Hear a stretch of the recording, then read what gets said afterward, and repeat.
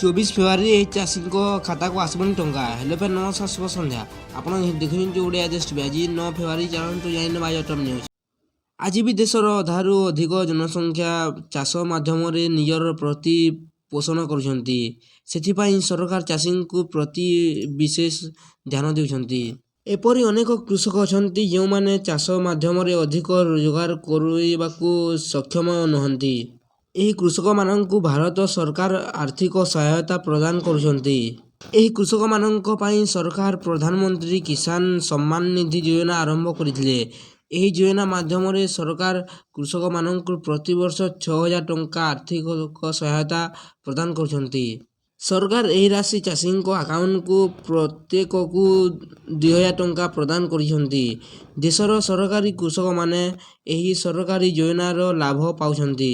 ବର୍ତ୍ତମାନ ସୁଦ୍ଧା ସରକାର ଏହି ଯୋଜନା ଅଧୀନରେ ମୋଟ 18 କିସ୍ତି ଚାଷୀଙ୍କୁ ପଠାଇଛନ୍ତି ବୋଲି ସୂଚନା ମିଳିଛି। ବର୍ତ୍ତମାନ ଏହି ଯୋଜନା ଅଧୀନରେ ଲାଭ ନେଉଥିବା କୃଷକମାନେ ଏହି ଯୋଜନାର 19ତମ କିସ୍ତି ପାଇଁ ଅପେକ୍ଷା କରିଛନ୍ତି, ଯାହା ନିଜେ ଫେବ୍ରୁଆରୀ ମାସରେ ପଠାଇବ। ଦେଶର କେନ୍ଦ୍ର କୃଷି ମନ୍ତ୍ରୀ ଶିବରାଜ ସିଂ ଚୌହାନ ଏହି ଯୋଜନାର 19ତମ କିସ୍ତି ପ୍ରକାଶ କରିବାକୁ ଘୋଷଣା କରିଛନ୍ତି। ଫେବ୍ରୁଆରୀ 24ରେ ଦେଶର ପ୍ରଧାନମନ୍ତ୍ରୀ ନରେନ୍ଦ୍ର ମୋଦି ନିଜେ ଏହି ଯୋଜନାର 19ତମ କିସ୍ତି ସିରିଜ୍ କରିବେ। ଏହି କିସ୍ତି ଟଙ୍କା 19 କୋଟିରୁ ଅଧିକ ଚାଷୀଙ୍କ ଆକାଉଣ୍ଟକୁ ଡିବିଟି ଅର୍ଥାତ୍ ସିଧାସଳଖ ଲାଭ ସ୍ଥାନାନ୍ତର ମାଧ୍ୟମରେ ପଠାଇବ। କିନ୍ତୁ ସମସ୍ତ କୃଷକ ଏହି କିସ୍ତିର ଲାଭ ପାଇପାରିବେ ନାହିଁ। ଯେଉଁ କୃଷକମାନେ ଏପର୍ଯ୍ୟନ୍ତ ଇକେୱାଇସି ପ୍ରକ୍ରିୟା ସମାପ୍ତ କରିନାହାନ୍ତି, ସେହି କୃଷକମାନେ ପରବର୍ତ୍ତୀ କିସ୍ତିର ଲାଭ ପାଇବେ ନାହିଁ ବୋଲି ସୂଚନା ମିଳିଛି। ଏବଂ ଏହା ବ୍ୟତୀତ ଯେଉଁ କୃଷକମାନେ ଜମି ଯାଞ୍ଚ କରିନାହାନ୍ତି, ସେମାନେ ମଧ୍ୟ ସୁବିଧା ପାଇପାରିବେ ନାହିଁ ବୋଲି ସୂଚନା ମିଳିଛି।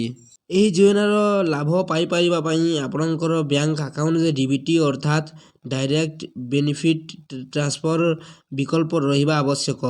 ଯେଉଁ କୃଷକଙ୍କ ଆକାଉଣ୍ଟରେ ଡିବିଟି ବନ୍ଦ ଅଛି, କିସ୍ତି ଟଙ୍କା ସେମାନଙ୍କ ଆକାଉଣ୍ଟକୁ ଆସିବ ନାହିଁ, ତେଣୁ ଏହାକୁ ମଧ୍ୟ ଡିବିଟି କ୍ଷମତା କରିବା ଜରୁରୀ। ଭିଡ଼ିଓଟି ଭଲ ଲାଗିଲେ ଲାଇକ୍ କରିବେ ଏବଂ ଚ୍ୟାନେଲକୁ ସବସ୍କ୍ରାଇବ୍ କରି ପାଖରେ ଥିବା ବେଲ୍ ଆଇକନ୍ କ୍ଲିକ୍ କରିବେ, ଯାହାଦ୍ୱାରା ଆପଣ ଏହିଭଳି ଟପ୍ ନ୍ୟୁଜ୍ ସର୍ବପ୍ରଥମେ ଜାଣିପାରିବେ।